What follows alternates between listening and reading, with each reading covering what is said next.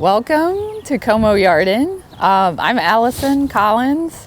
This is Justin Rooney. And this is the Yarden. We call it that because we converted our entire front yard to an edible garden in 2008.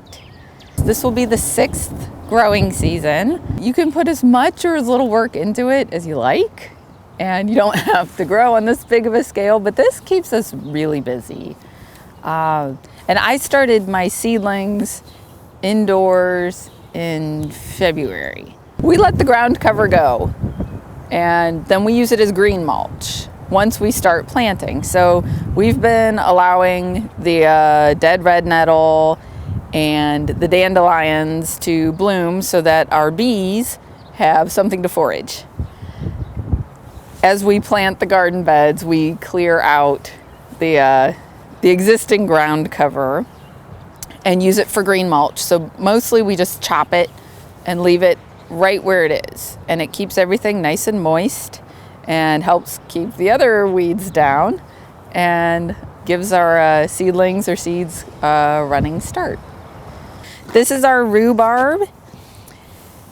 It's enormous. Just a week or week and a half ago, it began to emerge, and already it's got leaves the size of dinner plates. Under the fruit trees, we have comfrey. It's a good companion plant for the fruit trees. We have sage, and we have garlic galore. The mint comes back and spreads like crazy every year. So generally speaking, there's usually something ripening, whether it's fruit or greens or peppers or herbs or tomatoes, carrots. It all comes on at different times.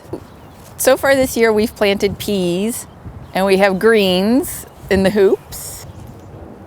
We've been growing up here since December. With the hoops, we're able to do season extension.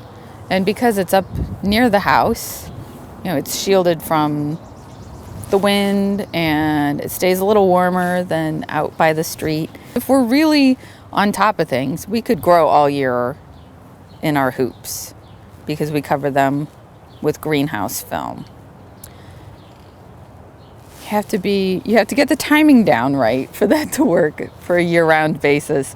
But that's really, for the most part, our only limitation as far as growing food all year in Ohio without adding our own heating source, which is pretty remarkable. We've had the bike tours come by and homeschooling groups. They're really fun. And it's really exciting to see kids get so intrigued by all the creatures that live in our garden and tasting vegetables that maybe they thought they didn't like. And it turns out that they do.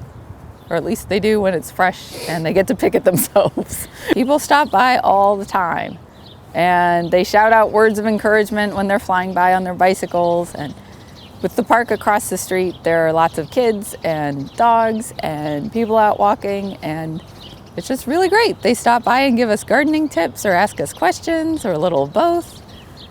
And it's a great way to get to know your community.